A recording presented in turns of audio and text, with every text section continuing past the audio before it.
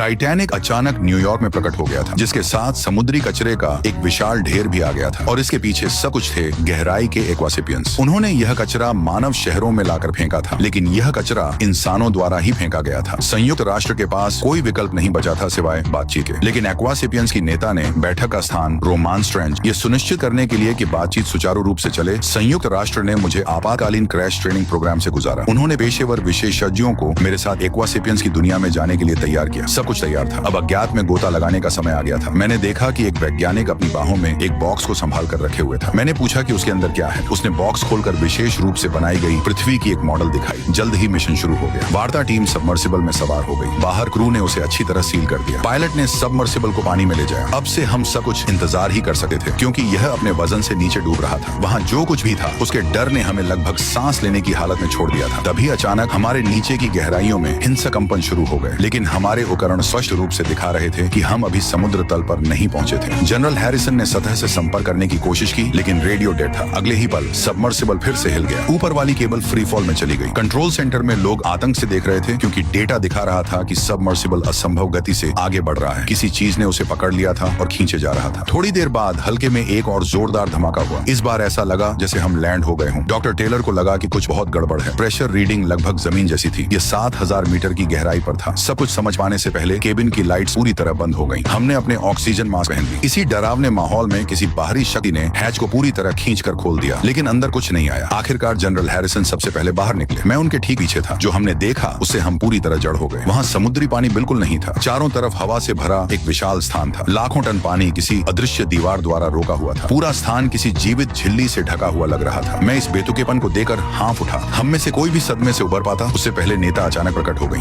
उन्होंने इशारा किया कि हम अपने मास्क उतार दें। सुझाव पर हम सब एक पल को हिचकिचा गए। सहज रूप से नेता मेरे पास आई और खुद मेरे मास्क को खींचकर उतार दिया। मैंने सांस ली। बिल्कुल सूखी जमीन पर खड़े होने जैसा महसूस हो रहा था। धीरे धीरे बाकी सबने भी वैसा ही किया। सिर्फ जंपी टेलर ने अभी भी अपना मास्क नहीं उतारा। नेता फिर हमें अंदर की ओर ले गई। जाहिर था कि एक्वासेपियंस एक घुमक्कड़ जाति थी। पृथ्वी का हर महासागर और जलमार्ग उनका घर था, लेकिन थोड़ी ही दूर चलने में मैं बाकी समूह से पूरी तरह अलग हो गया। वहाँ सिर्फ मैं और नेता थे। वह मेरे और करीब आई, अपना हाथ बढ़ाकर मेरे चेहरे को छूने लगी। मेरी त्वचा गर्म और खुरदरी थी। जैसे ही हम अपनी बातचीत को और गहरा ले जाने वाले थे, जनरल हैरिसन की आवाज ने सन्नाटे को चीर दिया। अपनी टीम से दोबारा मिलने के बाद हम सब नेता के मार्गदर्शन में आगे बढ़े, जब तक हम एक और भी भव्य चैम्बर में नहीं पहुंच गए। हमारे सामने असंख्य एक्वासेपियंस सैन्य गठन में खड़े थे। महिला नेता ने हमें डरने को मना किया। यह जगह हमारे लिए तैयार की गई थी। टेलर ने पृथ्वी की मॉडल नेता को सौंपी, लेकिन अगले ही पल मॉडल एक रहस्यमयी लाल चमक से